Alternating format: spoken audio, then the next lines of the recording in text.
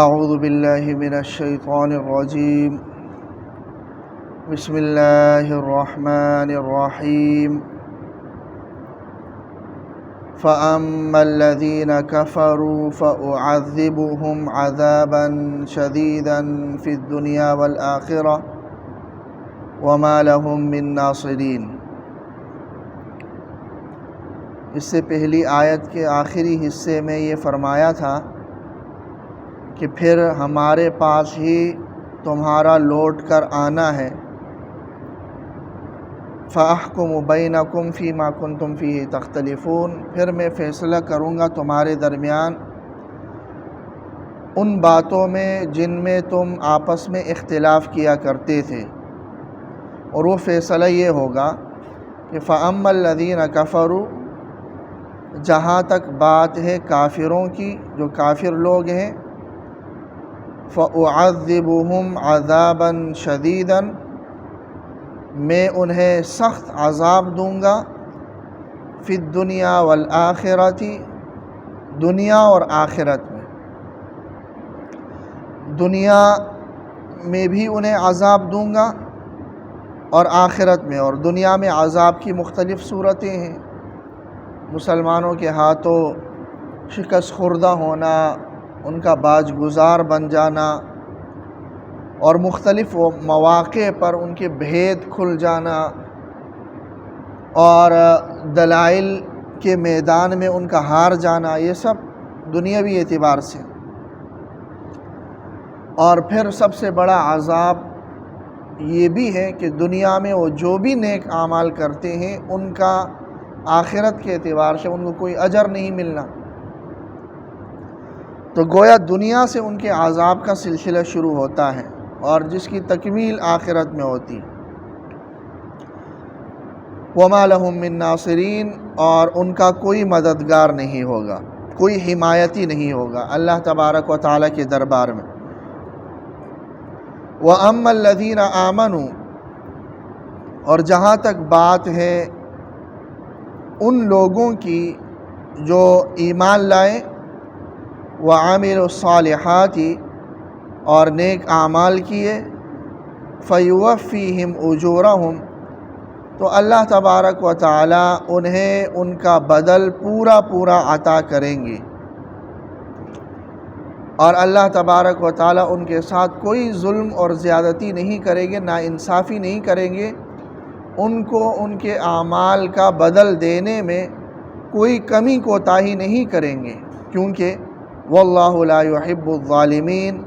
اللہ تبارک و تعالیٰ کمی کوتاہی کرنے والوں کو، ظالموں کو، زیادتی کرنے والوں کو، ناانصافی کرنے والوں کو اللہ پسند نہیں کرتا۔ تو اس لیے اللہ تبارک و تعالیٰ خود بھی ناانصافی نہیں کریں گے اور ظلم نہیں کریں گے، بلکہ ان نیکوکاروں کو ان کا ایک ایک عمل کا پورا پورا بدل اللہ تبارک و تعالیٰ عنایت فرمائیں گے، اور بدکاروں اور کافروں کو سزا بھی اللہ تبارک و تعالیٰ دیں گے، اور اس سزا سے بچانے کے لیے ان کا کوئی حمایتی اور مددگار نہیں ہوگا۔ یہ آخرت کا فیصلہ ہوگا۔ ذَلِكَ نَتْلُوهُ عَلَيْكَ مِنَ الْآيَاتِ وَالذِّكْرِ الْحَكِيمِ، یہ وہ آیات ہیں نتلوہ علیک، جو ہم آپ کو پڑھ کر سنا رہے ہیں، کہ جہاں عیسیٰ علیہ السلام کی حقیقت بیان کی جا رہی ہے، اور پھر آخرت میں کس طرح کا حساب ہوگا اور کس کو کیا ملے گا، یہ جب سب کچھ بیان کیا جا رہا ہے، یہ اللہ تبارک و تعالیٰ کی طرف سے ہے۔ والذکر الحکیم، اور یہ ایک پرحکمت نصیحت ہے، یاد دہانی ہے پرحکمت، کہ اللہ تبارک و تعالیٰ حکمت کے ساتھ انسان کو نصیحت کر رہے ہیں کہ اس دنیا کے اندر جو کچھ بھی تم کرنے والے ہو، آخرت میں اس کا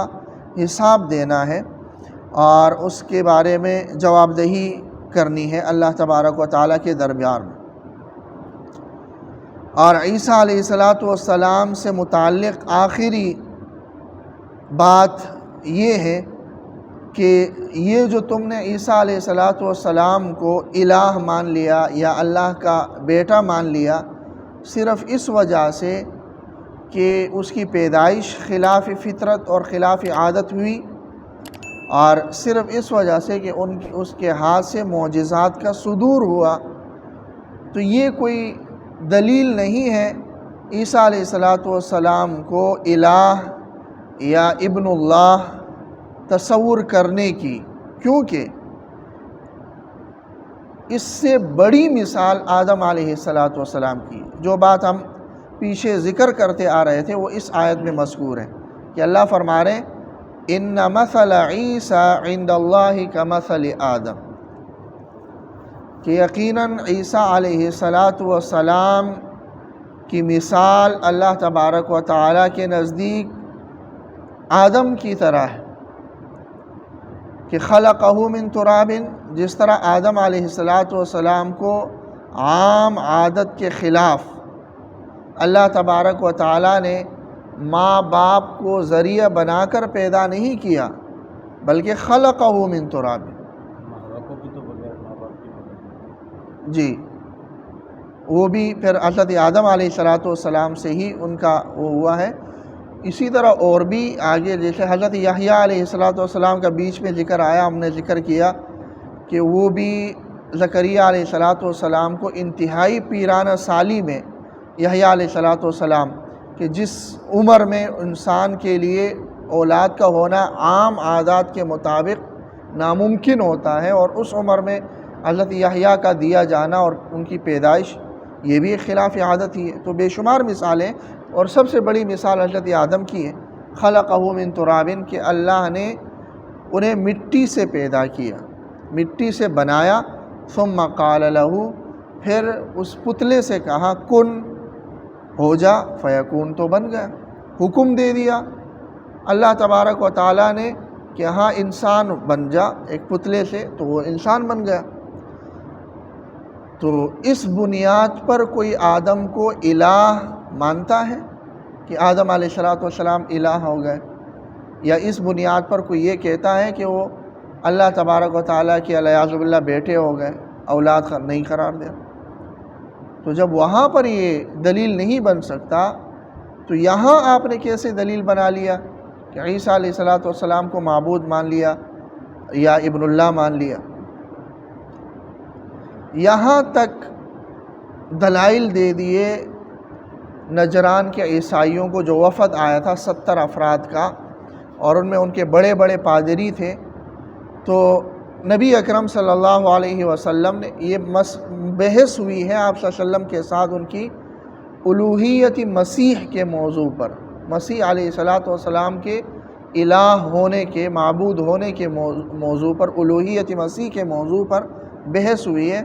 تو نبی اکرم صلی اللہ علیہ وسلم نے وحی کے توسط سے یہ آیات جو پیچھے جہاں سے حضرت عیسیٰ کا تذکرہ شروع ہوا ہے، یہ آیات پڑھ کر سنائیے، جس میں یہ بتایا گیا ہے کہ عیسیٰ علیہ السلام کو تم معبود اس لیے مانتے ہو کہ وہ خلاف عادت اور خلاف فطرت ان کی پیدائش ہوئی ہے۔ تو اس کی پیدائش کا پورا سلسلہ اللہ تبارک و تعالیٰ نے ذکر کر لیا کہ وہ اللہ کے حکم سے ایسا ہوا ہے، یہ نہیں کہ وہ خود معبود ہیں، بلکہ وہ خود مخلوق ہیں اور اللہ کے بندے ہیں، کہ ان کے ماں کے پیٹ میں وہ 9 مہینے تک رہے ہیں، صرف یہ ہے کہ وہ باپ کے بغیر پیدا ہوئے ہیں، تو وہ اللہ کے حکم سے ایسا ہوا ہے۔ اور پھر دوسری بات یہ بھی ذکر کر لی کہ عیسیٰ علیہ السلام کی دعوت وہی تھی جو نبی اکرم صلی اللہ علیہ وسلم کی دعوت، دونوں کی دعوت میں کوئی فرق نہیں ہے، یہ بات بھی پیچھے ذکر کر لی۔ اور پھر یہ کہ عیسیٰ علیہ السلام کے بعد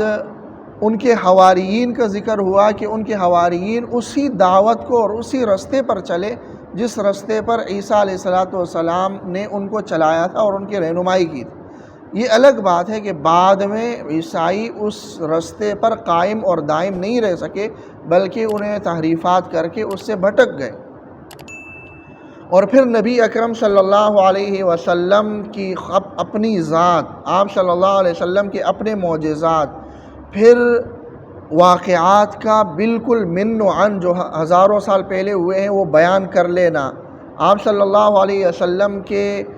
فتوحات کو دیکھ لیا جائے اور آپ صلی اللہ علیہ وسلم کی اپنی ذات کو دیکھ لیا جائے، وہ سب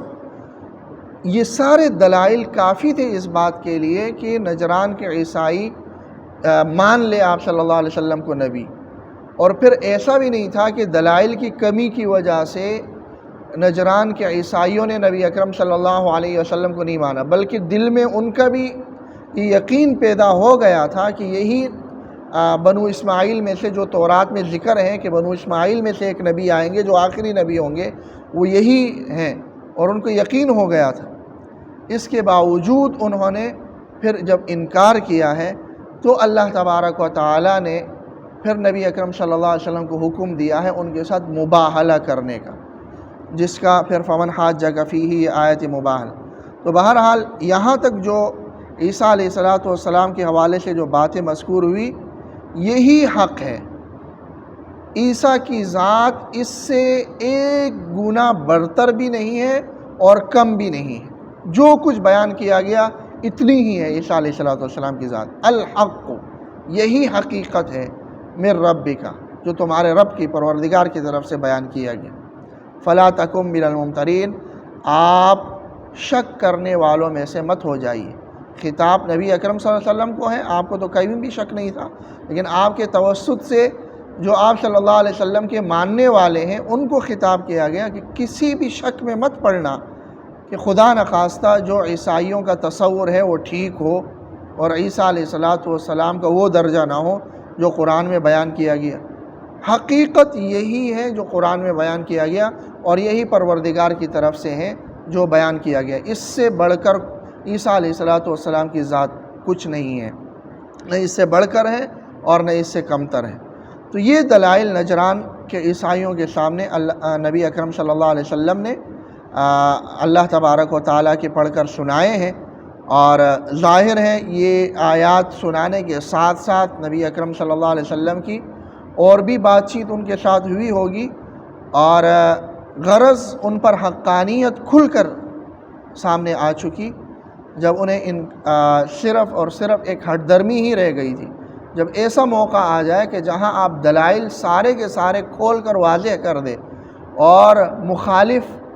ان دلائل کا کوئی جواب بھی نہ ہو، ان کے پاس کوئی معقول جواب بھی نہ ہو، اور پھر بھی وہ نہ مان لے، تو اس صورت میں پھر مباہلہ ہوتا ہے، اور اس مباہلے کا آگے ذکر ہے۔ اللہ تعالیٰ عمل کی توفیق۔